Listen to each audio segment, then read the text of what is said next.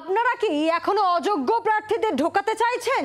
ঠিক এই ভাষাতেই আরো একবার স্কুল সার্ভিস কমিশনকে ভৎসনা করল সুপ্রিম কোর্ট। একই সঙ্গে চাকরিরতদের ফর্ম পূরণের জন্য 7 দিনের অতিরিক্ত সময়ও দেওয়া হয়েছে।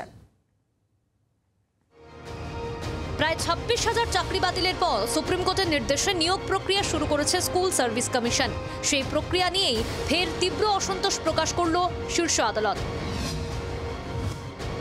বৃহস্পতিবার সুপ্রিম কোর্টে চাকরিহারা যোগ্য শিক্ষকদের একটি স্পেশাল লিভ পিটিশনের শুনানি হয় বিচারপতি সঞ্জয় কুমার ও বিচারপতি সতীশ চন্দ্র শর্মার বেঞ্চে। শুনানিতে নিয়োগ প্রক্রিয়ার স্বচ্ছতা নিয়ে প্রশ্ন তুলল শীর্ষ আদালত।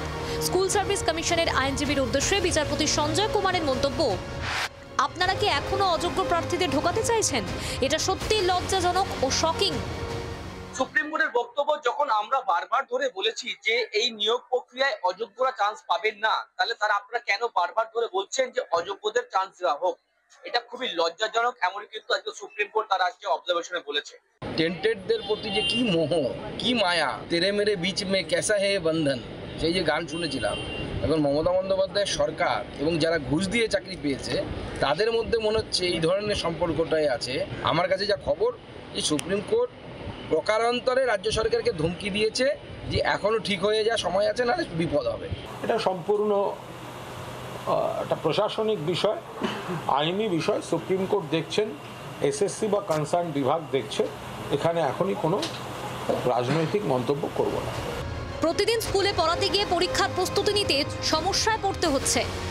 তাই স্কুল সার্ভিস কমিশনের নতুন নিয়োগ পরীক্ষা পিছিয়ে দেওয়া হোক। বৃহস্পতিবারের শুনানিতে এই আর্জি জানিয়েছেন যোগ্য চাকরিরতরা। একই সঙ্গে স্নাতকে 45% নম্বর পাওয়ার চাকরিরত শিক্ষকদের নতুন নিয়োগ পরীক্ষায় বসতে দেওয়া হোক।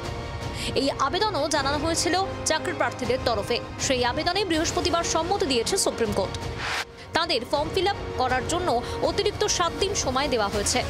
নিয়োগ পরীক্ষা পিছিয়ে দেওয়া হবে কিনা তা ঠিক করার সিদ্ধান্ত কমিশনের উপরেই ছেড়েছে সুপ্রিম কোর্ট। 31 অক্টোবরের মধ্যে সংশ্লিষ্ট সব পক্ষের জবাব তলব করেছে সুপ্রিম কোর্ট। স্বাভাবিকভাবেই প্রশ্ন উঠছে, নিয়োগ পরীক্ষা কি পিছিয়ে দেবে এসএসসি? অর্ণবাংশ নিয়োগের রিপোর্ট, জি 24 ঘন্টা। বাংলার আওয়াজ, বাঙালির আবেগ, জি 24 ঘন্টা।